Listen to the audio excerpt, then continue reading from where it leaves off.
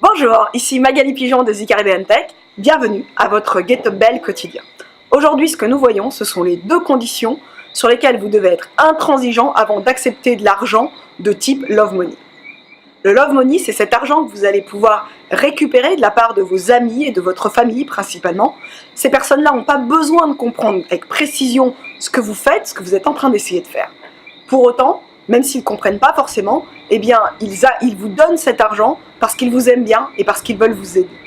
Cet argent, c'est une super opportunité pour vous, donc sautez dessus à partir du moment où vous avez validé que deux conditions étaient parfaitement respectées. La première condition, eh bien, c'est pour vos amis et votre famille de parfaitement comprendre qu'à partir du moment où ils vous ont donné cet argent est perdu, vraiment perdu. Qu'ils ne pensent pas que vous allez les rembourser, etc. Pour vous assurer que ceci est très clair, n'hésitez pas à répéter ceci plusieurs fois, au moins 3 fois. Si au bout de la 3e, 4e, 5e fois, ces personnes continuent à vous dire « on veut te donner l'argent », alors acceptez-le ou alors plutôt passez au second point. La seconde condition, eh bien, c'est d'être très clair sur le fait que vos amis et votre famille n'auront pas du tout le droit au chapitre dans les décisions ultérieures que vous prendrez au sujet de l'entreprise. En effet, nous l'avons vu, ce sont des personnes qui probablement, peut-être, ne comprennent pas encore ce que vous faites et il serait dommageable qu'ils prennent des décisions qui soient des décisions uniquement orientées vers leur gain personnel et pas vers la croissance de l'entreprise.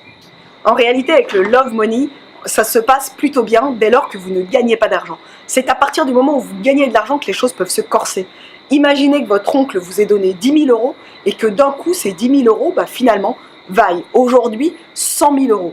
Vous vous rendez compte? Ça peut être quelque chose qui va le rendre fou. Il va avoir envie de récupérer ces 100 000 €. Et si vous ne décidez pas de donner cet argent en dividende, mais plutôt de réutiliser cet argent et de le mettre en risque, finalement, par rapport à des décisions ultérieures que vous pourriez prendre, eh ben, ça peut rendre fou cet oncle.